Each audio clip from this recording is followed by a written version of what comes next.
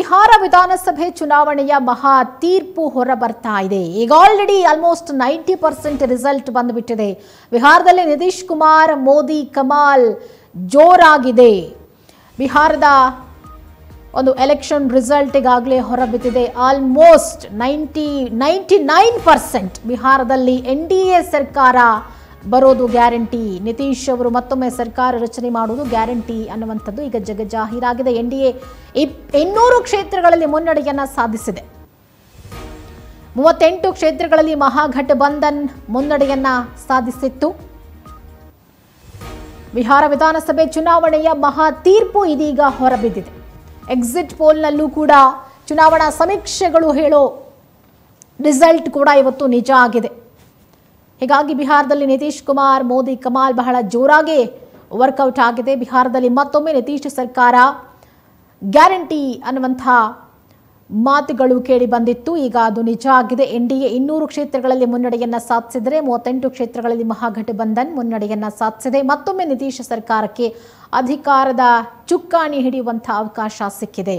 ಈಗ ಆಲ್ರೆಡಿ ಎಲ್ಲ ಕಡೆ ಬಿಹಾರದಲ್ಲಿ ಒಂದು ಚುನಾವಣೆಯ ಗೆಲುವಿಗೆ ಸಂಭ್ರಮ ಶುರುವಾಗಿ ಹೋಗ್ಬಿಟ್ಟಿದೆ. ಎಲ್ಲ ಕಡೆಗಳಲ್ಲೂ ಸಂಭ್ರಮಾಚರಣೆ ಜೋರಾಗಿದೆ. NDA ಪಕ್ಷದ ಅಭ್ಯರ್ಥಿಗಳು ಗೆಲುವನ್ನು ಸಾಧಿಸಿರೋದರ ಜೊತೆಗೆ NDA ಪಕ್ಷವೇ ಪುನಃ ಅಂದರೆ ನಿತೀಶ್ ಕುಮಾರ್ ಅವರ ಸರ್ಕಾರವೇ ಅಲ್ಲಿ ಮತ್ತೊಮ್ಮೆ ಸರ್ಕಾರವನ್ನು ರಚನೆ ಮಾಡೋದಕ್ಕೆ ಸಿದ್ಧವಾಗಿದೆ. ಹೀಗಾಗಿ ವಿಧಾನಸಭೆ ಚುನಾವಣಾ ಫಲಿತಾಂಶ ಘೋಷಣೆ ಆಗಿದೆ. ಆಲ್ರೆಡಿ ಅಧಿಕೃತವಾಗಿ ಆಗಬೇಕಾಗಿದೆ. ಆದರೆ ರಿಸಲ್ಟ್ನನ್ನು ನೋಡ್ತಾ ಹೋಯಿತು ಅಂತಂದರೆ ರಾಷ್ಟ್ರೀಯ ಪ್ರಜಾಸತ್ತಾತ್ಮಕ ಒಕ್ಕೂಟ NDA JDU ಈಗಾಗಲೇ ಸಂಭ್ರಮಾಚರಣೆಯನ್ನು ಕೂಡ ನಡೆಸ್ತಿದ್ದಾರೆ. ಬಿಹಾರದಲ್ಲಿ ಎಲ್ಲಿ ನೋಡಿದರೂ ಕೂಡ NDA ಮೈತ್ರಿಕೂಟದ ಬಾವುಟಗಳು ಹಾರಾಡ್ತಾ ಇದೆ.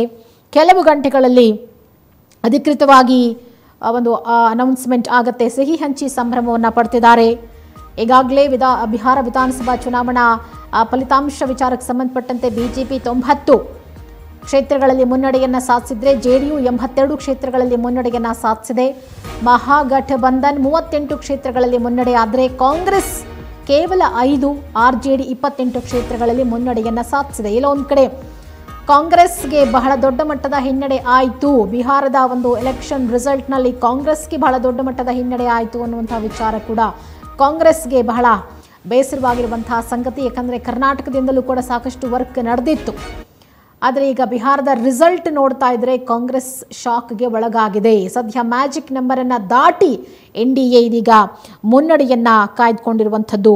ಮುಖ್ಯಮಂತ್ರಿ ನಿತೀಶ್ ಕುಮಾರ್ ಅವರು ರಾಜ್ಯದ ಸುಮಾರು 1.3 ಕೋಟಿ ಮಹಿಳೆಯರಿಗೆ 10,000 ರೂಪಾಯಿಗಳ ಒಂದು ಹಣವನ್ನು ಕೊಡಬೇಕು ಅನ್ನುವಂಥ ಒಂದು ಯೋಜನೆಯನ್ನು ಜಾರಿಗೆ ತಂದಿದ್ರು. ಇದರಿಂದ ಮಹಿಳಾ ಮತದಾರರ ಬೆಂಬಲ ಅವರಿಗೆ ಸಿಕ್ಕಿರೋದು.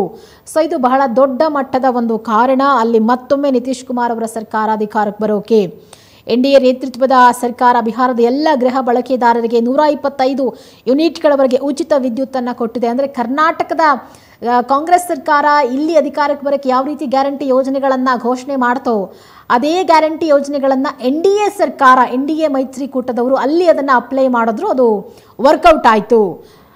ಆದರೆ ಕಾಂಗ್ರೆಸ್ಗೆ ಅಲ್ಲಿ ಹಿನ್ನಡೆಯಾಯಿತು. ಇನ್ನು ಮತ್ತೊಮ್ಮೆ ಬಿಹಾರದಲ್ಲಿ ಕಾಂಗ್ರೆಸ್ಗೆ ಭಾರೀ ಮುಖಭಂಗ ಆಗಿದೆ. ಕೇವಲ 5ರಿಂದ 6 ಸ್ಥಾನಗಳಿಗಷ್ಟೇ ಕಾಂಗ್ರೆಸ್ ಸೀಮಿತವಾಯಿತು. ಬಿಹಾರದಲ್ಲಿ RJD ಮುಖ್ಯಸ್ಥ CM ಅಭ್ಯರ್ಥಿ ತೇಜಸ್ವಿ ಯಾದವ್ಗೆ ಬಹಳ ದೊಡ್ಡ ಮಟ್ಟದಲ್ಲಿ ಹಿನ್ನಡೆಯಾಗಿದೆ. ರಾಘ್ಪುರ ಕ್ಷೇತ್ರದ ಅಭ್ಯರ್ಥಿ ತೇಜಸ್ವಿಗೆ ಹಿನ್ನಡೆಯಾಗಿದೆ. 3016 ಮತಗಳ ಅಂತರದಲ್ಲಿ ಹಿನ್ನಡೆಯಲಿದ್ದಾರೆ ಯಾದವ್. ತೇಜಸ್ವಿ ಯಾದವ್ ರಾಘೋಪುರ ಕ್ಷೇತ್ರದ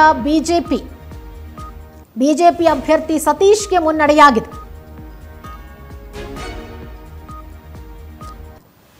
ರಾಜ್ಯದಲ್ಲಿ ಸುಮಾರು 1.2 ಕೋಟಿ ಹಿರಿಯ ನಾಗರಿಕರಿಗೆ ನಿತೀಶ್ ಕುಮಾರ್ ಸರ್ಕಾರ ವೃದ್ಧಾಪ್ಯ ಪಿಂಚಣಿಯನ್ನ 1,100 ರೂಪಾಯಿಗಳವರೆಗೂ ಹೆಚ್ಚು ಮಾಡಿದ್ರು. ಸೇಮ್ ಕರ್ನಾಟಕದಲ್ಲಿ ಕಾಂಗ್ರೆಸ್ ಸರ್ಕಾರ ಕೈಗೊಂಡಂಥ ಗ್ಯಾರಂಟಿ ಯೋಜನೆಗಳನ್ನು ಅಲ್ಲಿ ಸ್ವಲ್ಪ ಮಟ್ಟಿನ ಬದಲಾವಣೆ ಮಾಡೋದ್ರ ಮುಖಾಂತರ ಅಪ್ಲೈ ಮಾಡಿದ್ರು. ಅದಲ್ಲಿ ವರ್ಕೌಟ್ ಆಯಿತು. ಹಾಗಾಗಿ ಸದ್ಯಕ್ಕೆ ನಮ್ಗೆ ಯಾರ ಸವಾಸವೂ ಬೇಡ. ನಮಗೆ ಸುಮಾರು ವರ್ಷಗಳಿಂದ ನಿತೀಶ್ ಕುಮಾರ್ ಅವರ ಆಡಳಿತಕ್ಕೆ ಜನ ಅಡ್ಜಸ್ಟ್ ಆಗಿಬಿಟ್ಟಿದ್ದಾರೆ. ಬೇರೆ ಯಾರನ್ನೂ ಬಹುಶಃ ಮುಖ್ಯಮಂತ್ರಿಯಾಗಿ ನೋಡಲಿಕ್ಕೆ ಬಿಹಾರದಲ್ಲಿ ಅಲ್ಲಿನ ಜನಗಳಿಗೆ ಇಷ್ಟ ಇಲ್ಲ ಅಂಥೇಳಿ ಈಗ ಬಹಳ ಸ್ಪಷ್ಟವಾಗಿ ಅರ್ಥ ಆಗಿದೆ.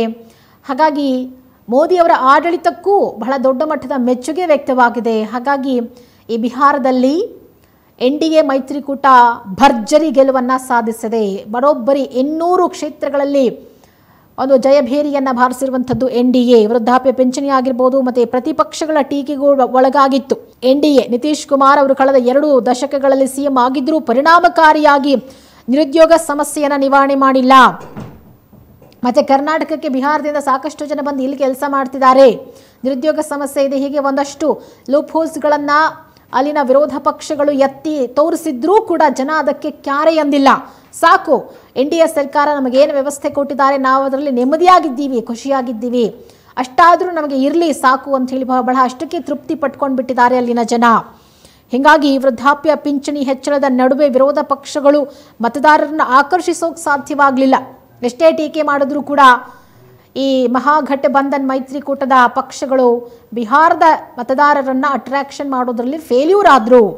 ಎಲ್ಲೊಂದು ಕಡೆ ಈ ವಿರೋಧ ಪಕ್ಷದ ಟೀಕೆಗಳನ್ನು ಬಹಳ ಪಾಸಿಟಿವ್ ಆಗಿ ತೆಗೆದುಕೊಂಡು ನಿತೀಶ್ ಕುಮಾರ್ ಅವರು ಅದನ್ನು ಏನೇನು ತಪ್ಪುಗಳಾಗಿತ್ತು ಅದೆಲ್ಲವನ್ನ ತಿದ್ದುಕೊಳ್ಳೋ ಪ್ರಯತ್ನ ಮಾಡಿದ್ರು. 2020 ಚುನಾವಣೆ ಫಲಿತಾಂಶದಲ್ಲಾದ ವಿಫಲತೆಯನ್ನು ಗಮನಿಸಿ ಸುಧಾರಣೆಯತ್ತ ಕೆಲಸ ಮಾಡುವಲ್ಲಿ ನಿತೀಶ್ ಕುಮಾರ್ ಯಶಸ್ವಿಯಾದರು. ಆ ಒಂದು ಸಕ್ಸಸ್ನ ರಿಸಲ್ಟ್ ಈಗ ಮತ್ತೊಮ್ಮೆ 2025 ವಿಧಾನಸಭಾ ಚುನಾವಣೆಯಲ್ಲಿ ಸಿಕ್ಕಿದೆ. 2005 ಅನಂತರ ಅವರ ಪಕ್ಷ ಅತ್ಯಂತ ಕಳಪೆ ಪ್ರದರ್ಶನವನ್ನು ಕೊಟ್ಟಿತ್ತು. ಆದರೆ ಎಲ್ಲೆಲ್ಲಿ ಏನೇನು ಮಿಸ್ಟೇಕ್ ಆಯಿತು, ಜನರ ನಾಡಿ ಮಿಡಿತವನ್ನು ಸರಿಯಾಗಿ ಅರ್ಥ ಮಾಡ್ಕೊಂಡ್ಬಿಟ್ರು ನಿತೀಶ್ ಕುಮಾರ್. ಹಾಗಾಗಿ ಈ ಬಾರಿ ಅವರು ಬರೋಬ್ಬರಿ 200 ಕ್ಷೇತ್ರಗಳಲ್ಲಿ ಜಯ ಗಳಿಸೋದ್ರ ಮುಖಾಂತರ NDA ಪಕ್ಷವೇ ಅಧಿಕಾರಕ್ಕೆ ಬರೋಕೆ ಕಾರಣ ಆದರು. ಇನ್ನ ಈ ನಮ್ಮ ಕರ್ನಾಟಕದ ಕಾಂಗ್ರೆಸ್ನ ನಾಯಕರು ಬಹಳ ಸಪೋರ್ಟ್ ಮಾಡಿದ್ರು ಬಿಹಾರದ ಎಲೆಕ್ಷನ್ ವಿಚಾರವಾಗಿ, ಫಂಡ್ ಕಲೆಕ್ಷನ್ ವಿಚಾರವಾಗಿ, ಪ್ರಚಾರದ ಸಲುವಾಗಿ. ಆದರೂ ಕೂಡ ಈಗ ಕಾಂಗ್ರೆಸ್ ನಾಯಕರಿಗೆ, ಕರ್ನಾಟಕದ ಕಾಂಗ್ರೆಸ್ ನಾಯಕರಿಗೆ ಬಿಹಾರದ ಫಲಿತಾಂಶ ಬರಸಿಡಿಲಿನ ಹಾಗೆ ಎರಗಿದೆ. ಅದರ ಜೊತೆಗೆ CM ಸಿದ್ದರಾಮಯ್ಯನವರು ಕೂಡ ಮಾತನಾಡಿದ್ದಾರೆ. ಏನು ಮಾತನಾಡಿದ್ದಾರೆ ನೋಡೋಣ. ತೀರ್ಪನ್ನ ಒಪ್ಕೋಬೇಕಲ್ಲ, ಅದು ನೋಡೋಣ. ನನಗೆ ಗೊತ್ತಿಲ್ಲ, ಅಲ್ಲಿ ನಾನು ಹೋಗಿಲ್ಲ, ಯಾಕೆ ಹಿನ್ನಡೆ ಆಗಿದೆ ಏನು ಅಂತ ಗೊತ್ತಿಲ್ಲ, ಯಾರು ಓಟ್ ಹಾಕಿಲ್ಲ ಏನು, ಯಾಕೆ NDA ಇಷ್ಟೊಂದು ದೊಡ್ಡ ಬಹುಮತದಲ್ಲಿ ಗೆದ್ದಿದೆ ಅನ್ನೋದು ಗೊತ್ತಿಲ್ಲ. ನಾನು ಬಂದು ಕೇಳ್ತೀನಿ, ತಿಳ್ಕೊಂಡು ಮಾಹಿತಿ ತಗೊಂಡು ಜನ ಕೊಟ್ಟಂತ ತೀರ್ಪನ್ನ ಒಪ್ಕೋಬೇಕಲ್ಲ, ಅದು ನೋಡೋಣ. ನನಗೆ ಗೊತ್ತಿಲ್ಲ, ಅಲ್ಲಿ ನಾನು ಹೋಗಿಲ್ಲ, ಯಾಕೆ ಹಿನ್ನಡೆ ಆಗಿದೆ ಏನು ಅಂತ ಗೊತ್ತಿಲ್ಲ, ಯಾರು ಓಟ್ ಹಾಕಿಲ್ಲ ಏನು, ಯಾಕೆ NDA ಇಷ್ಟೊಂದು ದೊಡ್ಡ ಬಹುಮತದಲ್ಲಿ ಗೆದ್ದಿದೆ ಅನ್ನೋದು ಗೊತ್ತಿಲ್ಲ. ನಾನು ಬಂದು ಕೇಳ್ತೀನಿ, ತಿಳ್ಕೊಂಡು ಮಾಹಿತಿ ತಗೊಂಡು ಜನ ಕೊಟ್ಟಂತ ತೀರ್ಪನ್ನ ಒಪ್ಕೋಬೇಕಲ್ಲ, ಅದು ನೋಡೋಣ. ನನಗೆ ಗೊತ್ತಿಲ್ಲ, ಅಲ್ಲಿ ನಾನು ಹೋಗಿಲ್ಲ. ಇವೆಷ್ಟು ಈ ಕ್ಷಣದ ಅಪ್ಡೇಟ್ಸ್. ಮತ್ತಷ್ಟು ಅಪ್ಡೇಟ್ ಸುದ್ದಿಗಳಿಗಾಗಿ ನೋಡ್ತಾ ಇರಿ ಸ್ಪೇಡ್ ನ್ಯೂಸ್ ಕನ್ನಡ. ಸುದ್ದಿ ನಿಮ್ಮದು, ವೇಗ ನಮ್ಮದು.